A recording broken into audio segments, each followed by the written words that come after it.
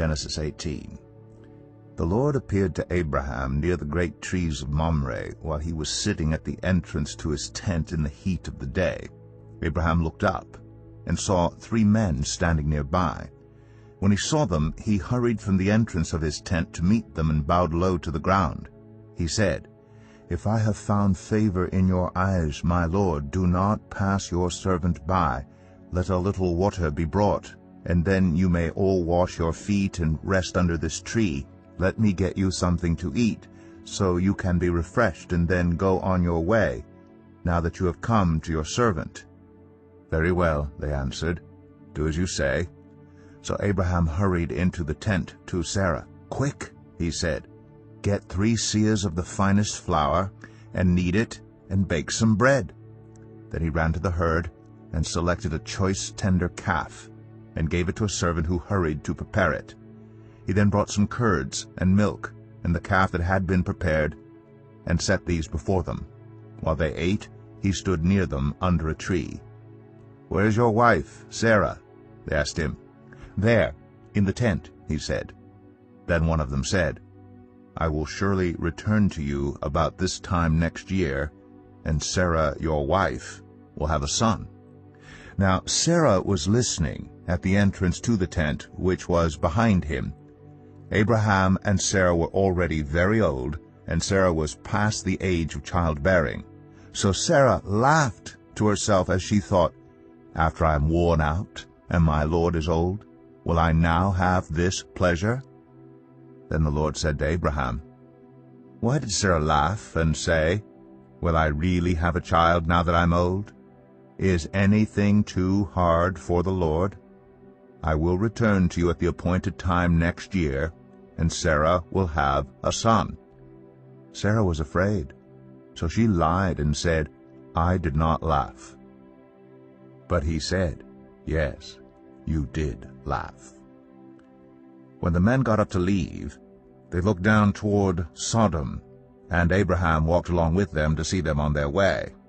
Then the Lord said, "Shall I hide from Abraham what I am about to do?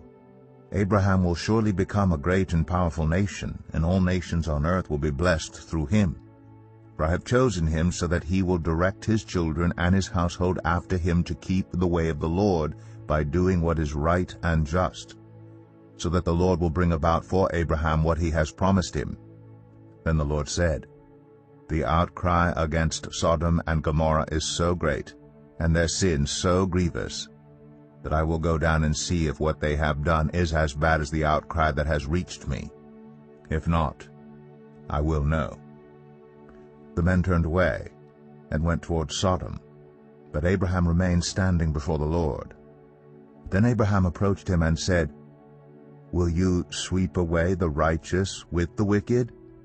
What if there are 50 righteous people in the city? Will you really sweep it away and not spare the place for the sake of the 50 righteous people in it? Far be it from you to do such a thing, to kill the righteous with the wicked, treating the righteous and the wicked alike. Far be it from you. Will not the judge of all the earth do right?" The Lord said, "If I find 50 righteous people in the city of Sodom, I will spare the whole place for their sake." Then Abraham spoke up again, "Now that I have been so bold as to speak to the Lord, though I am nothing but dust and ashes, what if the number of the righteous is 5 less than 50? Will you destroy the whole city for lack of 5 people? If I find 45 there," he said, "I will not destroy it." Once again he spoke to him, "What if only 40 are found there?" He said, "For the sake of 40, I will not do it." Then he said, "May the Lord not be angry, but let me speak. What if only 30 can be found there?" He answered, "I will not do it if I find 30 there." Abraham said, "Now that I've been so bold as to speak to the Lord, what if only 20 can be found there?" He said, "For the sake of 20 I will not destroy it." Then he said, "May the Lord not be angry, but let me speak just once more. What if only 10 can be found there?" He answered, "For the sake of 10, I will not destroy it." When the Lord had finished speaking with Abraham, he left, and Abraham returned home.